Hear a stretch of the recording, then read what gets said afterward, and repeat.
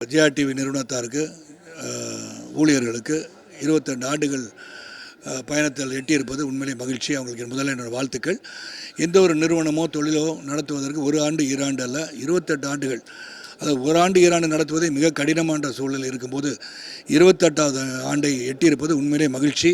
அவங்களுடைய உழைப்பதில் இருக்குது. உழைப்பு, அந்த உறுதி, மக்களிடம் சென்று அடைய வேண்டும் என்ற செய்திகளை எடுத்துச் செல்வதோ சரி, அது எந்த ஒரு என்டர்டெயின்மெண்ட் வீடியோ வந்தாலும் சரி, அது நியூஸ் ரிலேட்டடாக இருந்தாலும் சரி, Jaya TV has come to ஸ்டேன்னு சொல்லலாம். அவர்கள் மக்களிடம் ஜெயா டிவி சென்று அடைந்திருக்கிறது. ஆகவே தான் 28 ஆண்டுகள் நீங்கள் பயணித்திருக்கிறீர்கள்.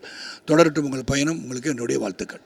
மிக சிறப்பாக செய்திகளையும் நல்ல நிகழ்ச்சிகளையும் வழங்கி கொண்டிருப்பது ஜெயா டிவி. ஜெயா டிவி தொடங்குவதற்கு முன்னால் ஜே டிவி என்ற இருந்த காலத்தில் திண்டுக்கல் லியோனியின் பட்டிமன்றம் 5 ஆண்டுகள் தொடர்ந்து நடைபெற்றது. என்னை முதலில் தொலைக்காட்சி பகுதிக்கு கொண்டு வந்த டிவியே ஜெயா டிவியினுடைய தாய் டிவியான ஜே டிவி. அதனால் திண்டுக்கல் லியோனி இந்த 28ஆம் ஆண்டை கொண்டாடி கொண்டிருக்கும் ஜெயா டிவிக்கு என்னுடைய மனமார்ந்த வாழ்த்துக்கள். ஜெயா டிவி நேயர்களுக்கு வணக்கம்.